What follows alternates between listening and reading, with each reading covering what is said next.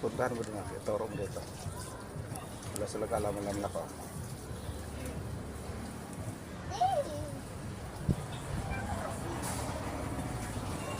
Nagbabad sa tubig mga guys oh. Dahil sa sobrang init oh.